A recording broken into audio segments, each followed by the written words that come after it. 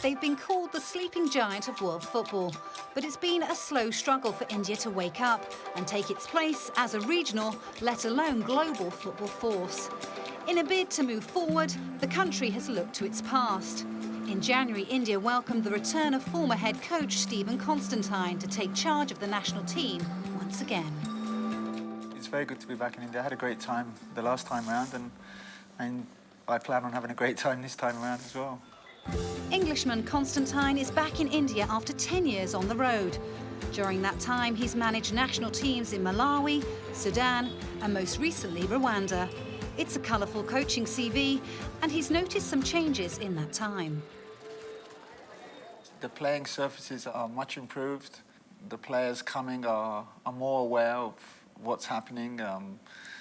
They seem like they've had coaching, you know, whereas before it was not always the case. The thing that hasn't really changed much is the youth development. And we really got to put our money and our focus and our energy in developing the youth of India. I think we need to re-establish ourselves, regain the respect of Asia, because at the moment we're pretty much a laughingstock. And that has to change, and that will change. A country of 1.3 billion people means there's a large pool of talent. The difficulty has been identifying them and then moulding them into a winning team. There are diamonds everywhere. You've got to dig them out, polish them, cut them, and then you stick them in a ring. You don't take a diamond out of the mountain and put it in a ring. An all-star international cast took part in the first Indian Super League.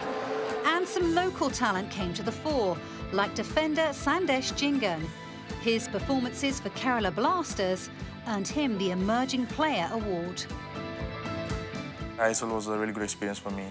I think it started benefiting Indian football from the day one. You can see all these people coming. It's not every day you get a chance to play alongside Materazzi or the David James, you know, playing against them, the players you used to see on television.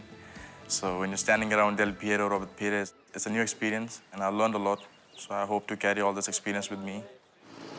Constantine's made changes from the start. His first game in charge, a two-legged World Cup qualifier against Nepal. And young players like Sandesh got their chance to seal their place in a new-look team.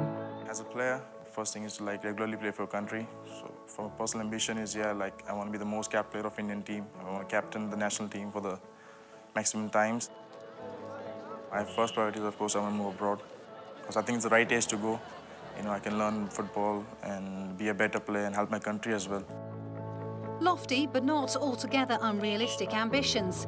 Sandesh has already attracted interest from overseas.